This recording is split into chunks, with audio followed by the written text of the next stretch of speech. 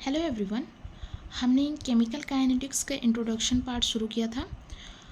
हमने सबसे पहले देखा था व्हाट इज़ केमिकल काइनेटिक्स।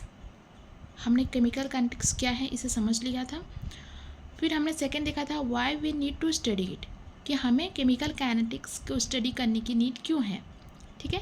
अब थर्ड देखते हैं कि हाउ वी स्टडी इट, मतलब हम केमिकल काइनेटिक्स को कैसे स्टडी कर सकते हैं। ठीक है, तो हम देखते हैं how we study it. How we study it मतलब केमिकल काइनेटिक्स को हम कैसे स्टडी कर सकते हैं। फर्स्ट होता है speed of reaction. Speed of reaction मतलब रिएक्शन की कितनी स्पीड है, हम उससे स्टडी कर सकते हैं। दूसरा जो factor affecting reaction of rate. ठीक है, मतलब रिएक्शन की रेट को कौन कौन से फैक्टर अफेक्ट कर रहे हैं, हम उसकी मदद से क्या कर सकते हैं, स्टडी कर सकते हैं। ठीक है, तो हमारा देखते हैं फर्स्ट इंट्रोडक्शन टॉपिक था। अब देखते हैं rate of reaction. Rate of reaction देखिए, ए मान लीजिए हमारा क्या है, रिएक्टेंट है, इससे क्या बन रहा है, पी बन रहा है। मान लीजिए हमारा प्रोडक्ट है। ठीक है, तो रिएक्शन देखिए, रिएक्शन में क्या होता है, रिएक्टेंट से प्रोडक्ट बनता है। तो रिएक्टेंट से प्रोडक्ट मतलब आर से पी बन रहा है।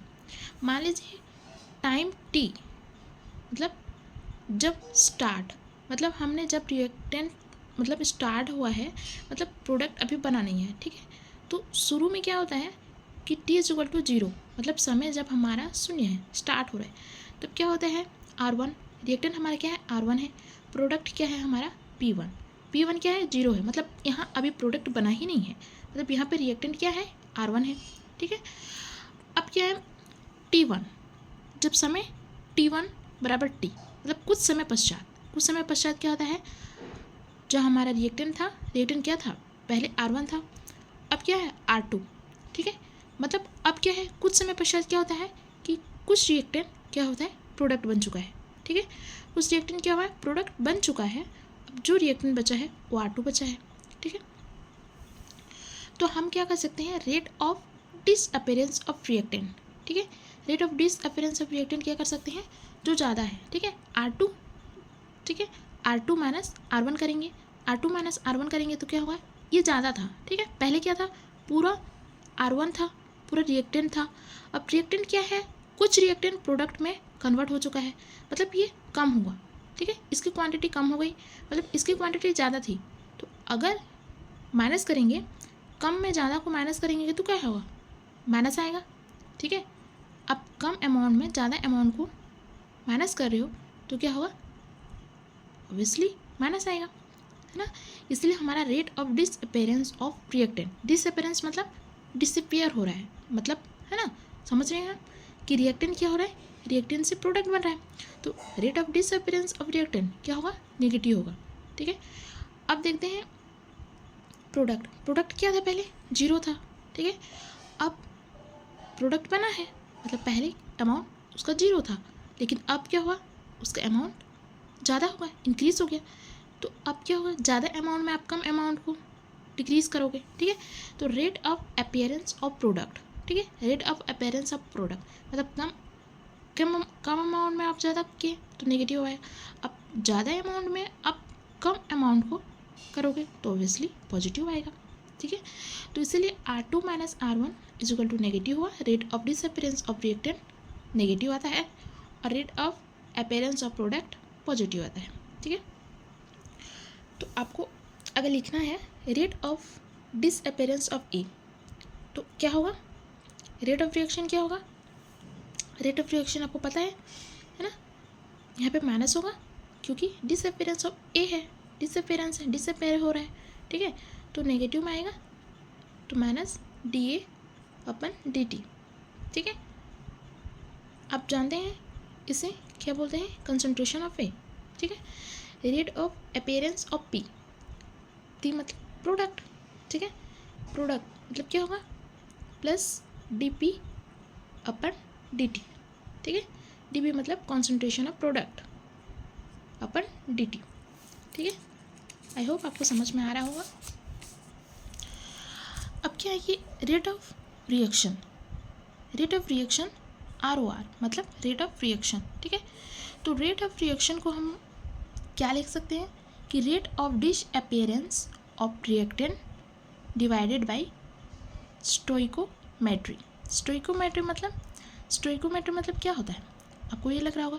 मतलब स्टोइकोमेट्री मतलब ये होता है कि नंबर ऑफ केमिकल स्पीसीज, ठीक है, number of chemical species involve in reaction, ठीक है, इन्वॉल्व इन रिएक्शन। आगे आपको समझाऊंगी। रेट ऑफ रिएक्शन मतलब रेट ऑफ रिएक्शन को हम क्या लिख सकते हैं, rate of appearance of product divided by stoichiometry.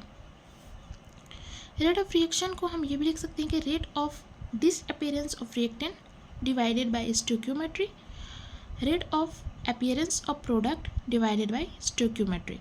ठीक है, एक क्वेश्चन है यहाँ पे, देखते हैं। यहाँ पे है हाफ ए प्लस 2b, क्या है ये, क्या है, रिएक्टेंट है।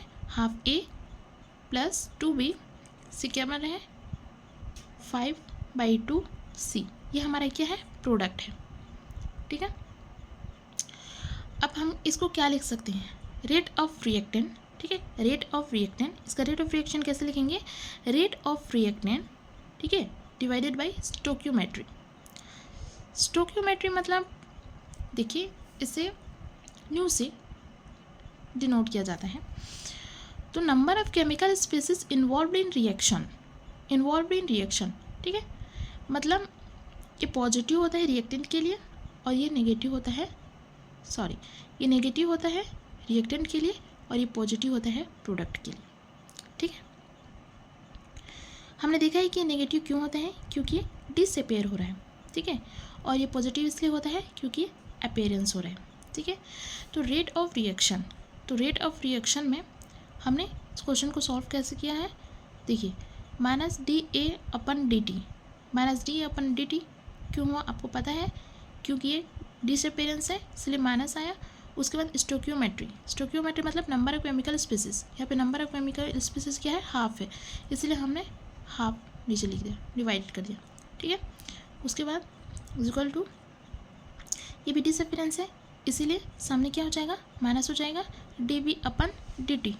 इसका स्टोइकोमेट्री, इसका नंबर स्पीसीज कितना है 2, से divided by 2 is equal to, यहाँ पे क्या होगा, ये अपीयरेंस है, rate of appearance of product है। ठीक है, rate of appearance of product, इसीलिए ये प्लस में होगा, प्लस dC/dt। यहाँ पे इसका केमिकल स्पीसीज क्या है 5/2। ठीक है, 5/2 है। अब आपको पता है कि डिवाइडेड है, ठीक है, ऊपर जाके क्या होगा, मल्टीप्लाई हो जाएगा, तो मल्टीप्लाई हो जाएगा, क्या हो जाएगा 2/1 हो जाएगा। ठीक है, वैसे ही यहाँ पे 2 है, मतलब इसके नीचे में क्या है 1 है, तो ये ऊपर जाके क्या हो जाएगा 1/2 हो जाएगा। ठीक है, minus dB/dt is equal to 5/2 है, यहाँ पे मल्टीप्लाई हो जाएगा तो क्या हो जाएगा, पलट जाएगा, मतलब 2/5 हो जाएगा dC/dt। देखिए क्वेश्चन का आंसर बहुत इजी है। ठीक है, आई होप आपको समझ में आया होगा। Thank you guys.